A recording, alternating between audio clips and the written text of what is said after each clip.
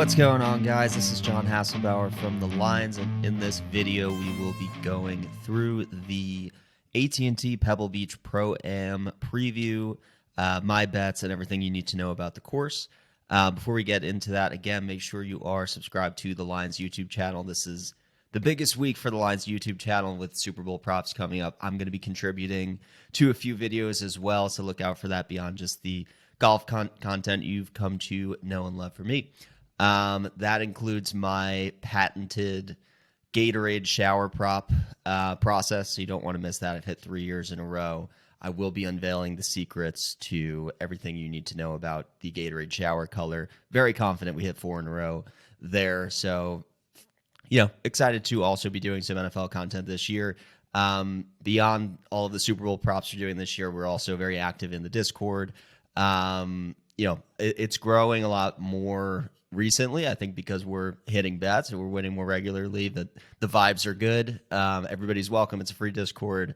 And that's where I post all my plays as soon as I bet them. So very lively chat on Mondays, very lively chat on Sundays, or in last week's case, Saturdays, when we're sweating outrights and fortunate enough to hit them. So it's a great time in there. I hope you guys are, able to join if you do use Discord. It's a fun time, and the good times are rolling here as we're 4 weeks into the year, and we've hit 2 outrights already. Looking back at the Farmers last week, Max Homa got it done. He was a very popular community bet.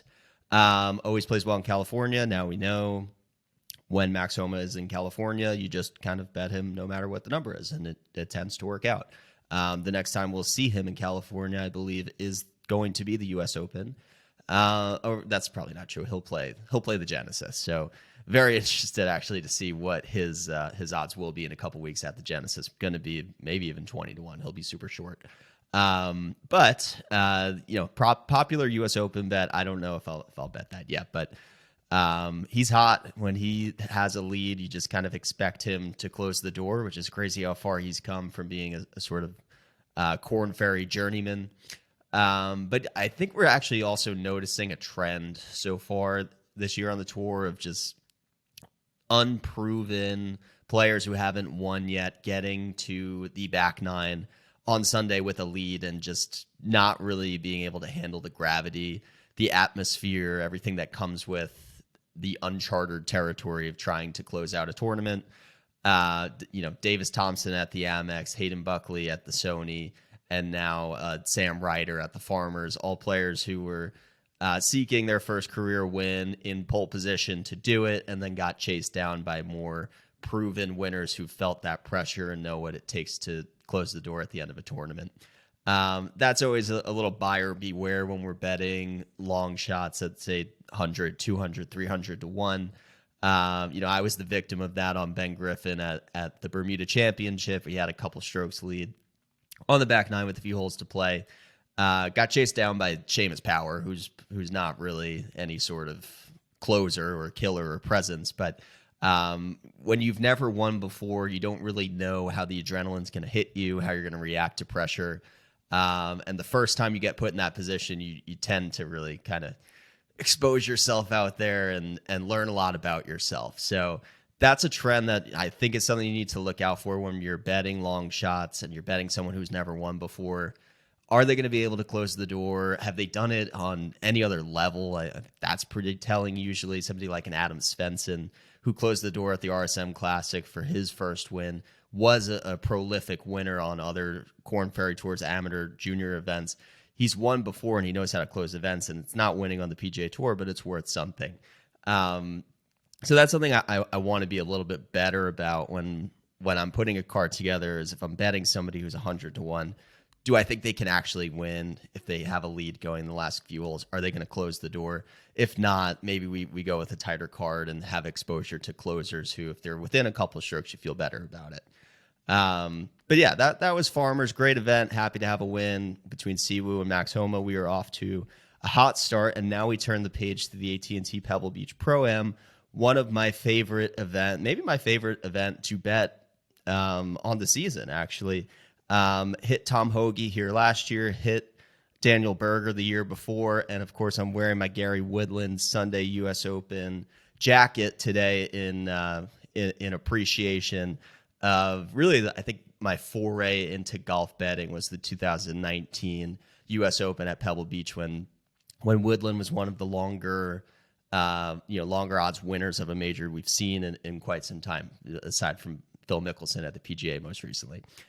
So I love Pebble Beach. I think it's a shame that we only get 2 rounds on Pebble Beach because it's such an iconic venue. It was always my favorite course to play on, like Tiger Woods 2000, whatever, the early video game days. I love playing Pebble Beach. So I've always loved this course since then. We will sprinkle in Monterey Peninsula and Spyglass Hill. And it's a pro-am. It's similar to the American Express. We're rotating across courses. We are playing with amateurs. This week, we get a little bit more celebrity name brand amateurs, for what that's worth. You probably get a couple more shots from AMs on the TV coverage. I don't think they showed any at the Amex, but I think like Will Arnett and guys like C-list, B-list actors and celebrities will be here this week. So something interesting to look out for, I guess, if you're a casual fan. You'll probably recognize, casual sports fans will recognize Pebble Beach, and they'll recognize some of these celebrities. So maybe it's helpful for ratings. I think it's a shame the quality of this field, because it really is a perfect window for the PGA Tour to pick up on eyeballs with no NFL on this week. People looking for something else to watch and a recognizable, iconic venue in Pebble Beach. But instead, we're left with a field that includes Jordan Spieth, Victor Hovland, and Matt Fitzpatrick, and then a massive gap to everybody else. So the decision this week when you're approaching it is, do you want exposure to those top 3, or do you want to build a larger, wider card? These statistics, the trends of winners over the past years would say you can go either way. Favorites win this event. Spieth has won as a favorite recently. Daniel Berger won as the odds-on favorite 2 years ago. So, not to say they're overlooking this event. If you're one of the favorites, there's a lot of gutty shots, high pressure shots into tight greens that you need to hit here. So that pressure has gotten to people, like a Nate Lashley was one who was in contention and just kind of cratered towards the end because of the pressure and all of that. So it is important to be a quality player here. This is not a hit and giggle birdie fest where the atmosphere isn't really getting to you. So ideally, you want to be somebody with a little bit of proven success here, but you also have Ted Potter Jr. and Vaughn Taylor who have won here, and they didn't really come in with any sort of semblance of form when they won, and they don't have elite skill sets, but they can get hot with irons, hot with putters, and win that way too. So a lot of ways to attack this week from a betting perspective. I will be building out a little bit longer of a card this week, something in the middle of a pure birdie fest and something like a Farmers last year, where I really only had exposure to a couple guys at the top. This week, I think the mid-range is definitely viable. The formula is really short irons, a decent short game, and ability to hit putts on POA. It's a bona fide second shot course, maybe one of the most extreme examples of a second shot course on the PGA Tour, because there's so many forced layups. The average driving distance is extremely low compared to tour average. The fairways are generous. This rough is not horrible. There's even a few holes where players just aim far left or far right of the fairway into like trampled down rough because it just doesn't affect it.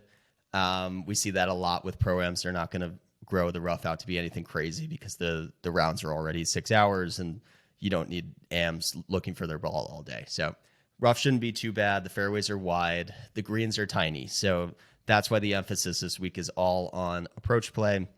And because there's a lot more layups, it's a lot of people just hitting to their number, which is why I don't really care about off the tee. I think there's some discounts you can get on people who are behind on off the tee but elite. On approach from under 150 yards, score well on short par fours. 40% of the holes are 350 to 450 yards. So that's a sweet spot. I would say that combination of proximity and scoring on shorter par fours is really where you're going to see the biggest correlation of players who play well here. And then, just California history, people who play well on POA, just general general good form coming in, all things to consider. So that's a quick preview. You don't have to reinvent the wheel with this one. It's look at people who've played well on short courses, especially those that are coastal courses. Keep an eye out for the weather. The wind tends to pick up here. It's hard to model off of wind. But what I usually do is just look at comp course history. And then if players are playing well in other coastal environments, I tend to assume that they are somebody who can flight a ball into wind. And that tends to be the top ball strikers week in, week out. So that's a mini preview of the stats that are important here. The next thing I'm going to do now is just try to share my screen. And I'm going to attempt to kind of walk through, in the weeks past in this video, I would show a graphic. And I appreciate the support of everyone. Again, just as a little side note, of watching these videos every week, I am trying to innovate it a little bit, try to, change what we are bringing every week so that we're keeping it fresh and trying new things. Something that I think was missing in my content before I started doing these videos is just kind of a peek behind the curtain of how I'm building out the models. And so I do want to, if this video works and makes sense, I do want to kind of poke around in Fantasy National, which you can hopefully see here. And this is kind of like a method to the madness that I use Fantasy National for. So when I talk about top 10 in my model at the end of my article tournament previews, that's what's being spit out here. I use the mixed condition model on Fantasy National.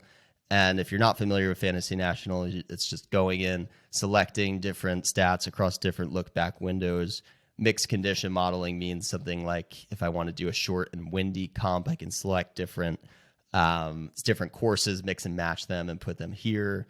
2023 form is something that I've been using a little bit more as we're early into the season. Just any results since the Fortinet Championship to really identify like the newer Korn Ferry Tour season guys who we may not know as much about. But if they're popping early, sometimes that goes under the radar. So I like to mix that in. And then course history is something you need the mixed condition model for. And comp course history is something this week when we're on another short positional, coastal, windy course. There's so many of those on the PGA Tour, and they tend to really be sticky in who plays well and who doesn't. So I love having that here and modeling it super high. That's going to spit out all of this. And then what I usually do is kind of drag all of that over, and then it kind of gets pasted in here.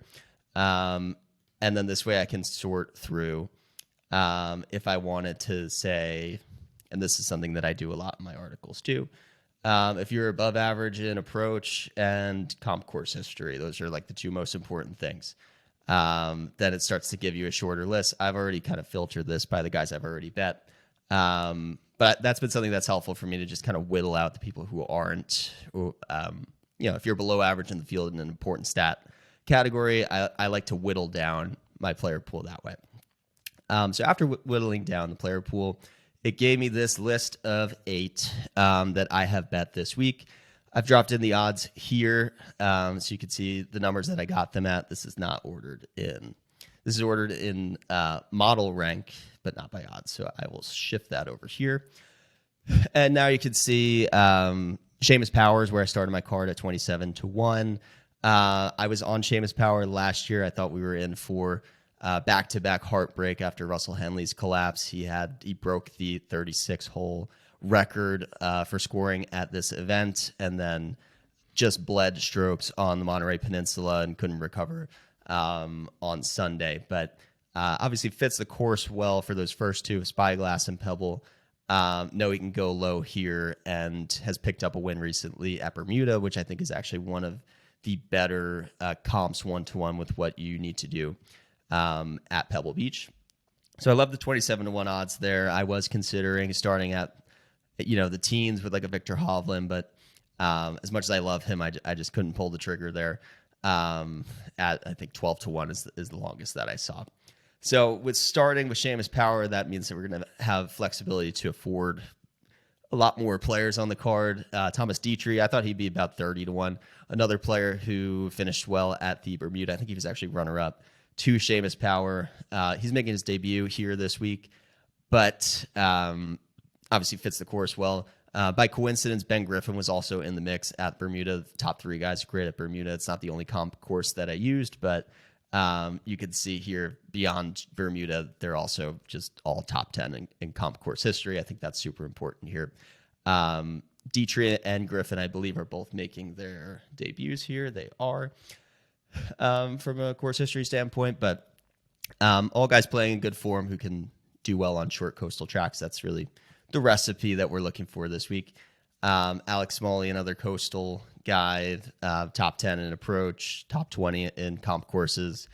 Sometimes it really is that simple. The proximity 75 to 150 range and par 4 350 to 450 I think is the most simplistic way that you can look at whittling down players this week. For the most part, you can see everybody that I chose to bet is ranking out very well in both of those categories. Especially Ben Griffin, top 3 in both of those. That's huge. We know he so far in his rookie season is really thriving on the shorter courses. After Smalley, David Lipsky, he was my spotlight player of the week this week. We are 2 for 4 on spotlight plays winning, so a good omen for Lipsky going into this week. I love that we were able to find a 70 to 1 on him. He was about 120 to 1 at the Amex last we saw him. And he missed the cut. So I was not sure what odds were going to shake out to, but I'm very happy to get a 70 in a weak field like this. Great coastal player. Again, top 40, that's pretty solid. Top 10 in approach. He's the type of player who is not very good off the tee, but on a second shot course, that won't hurt him at all. I think this is probably the best. This is the best setup that you could get for David Lipsky. So excited to see how he does this week.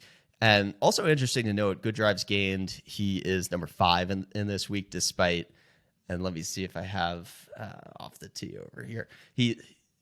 Let's see, he's 35th in strokes gained off the tee, which is actually better than I thought he would be, but not somebody who gains on distance. So he really does rely on hitting fairways in order to gain. But his approach is so good that he's still top 5 in good drives gained. I love that for this course.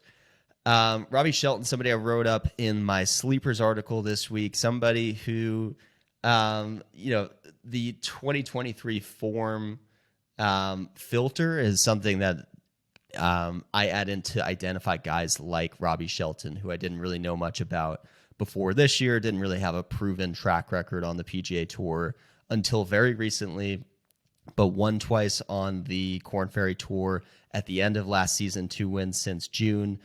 Going back to the top, when we talk about people who know how to close out a tournament, he's won professional events twice in the last 6 months. That goes a long way. I know it's the Korn Ferry Tour, not the PGA Tour, but I would argue it's more pressure to win on the Korn Ferry Tour because the stakes of a win just means so much for the stability of your career and your future, chasing your dreams and all of that. So when you win on the PGA Tour, it's for a lot of money, and it's stability for an extra year and qualifications into bigger tournaments, but not to dismiss how much pressure there is on the Korn Ferry Tour. I'm impressed by anybody who can win twice there.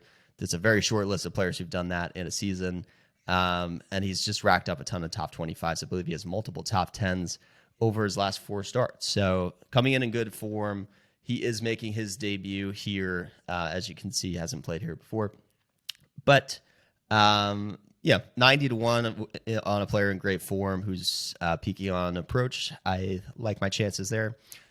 Nick Hardy, kind of a ball striking specialist. If you look at his ball striking numbers here, he is 4th in strokes gained ball striking. He is 9th in strokes gained off the tee, and most importantly with approach, he's 11th. So that's how much consistency he's shown off the tee and on approach. When we're playing a windy course, ball striking is important. You need to flush it. You need to hit it off the center of the face consistently to just flight piercing shots through the wind. That's going to be so crucial here.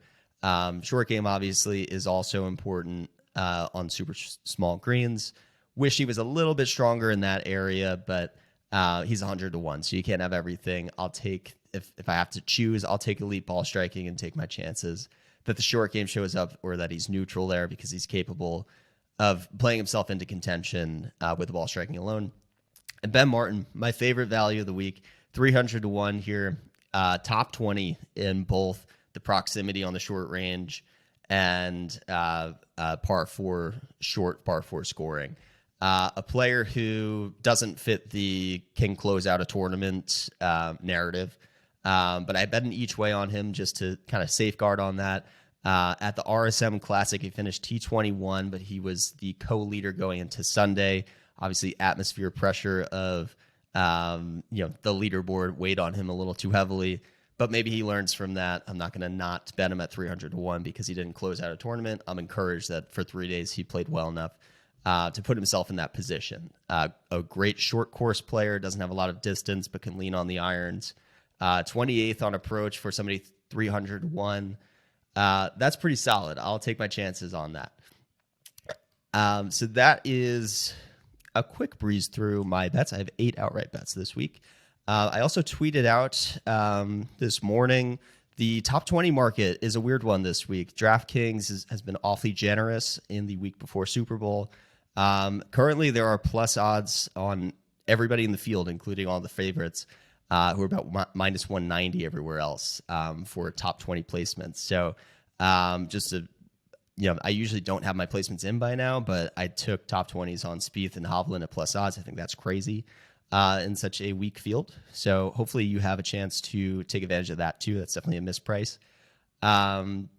But yeah, that's going to do it for Pebble Beach. We are going for back-to-back wins. We were going for 3 wins in 4 weeks on the PGA Tour. That would be great. And we're going for 3 straight AT&T Pebble Beach winners after hitting Daniel Berger and Tom Hoagie the last 2 years. So maybe a heat check week, but definitely feeling good about the way we're seeing the board. And hopefully we hit one more winner and close out the three-peat. That's going to do it for me this week. Best of luck with all your bets this week at the AT&T Pebble Beach Pro-Am.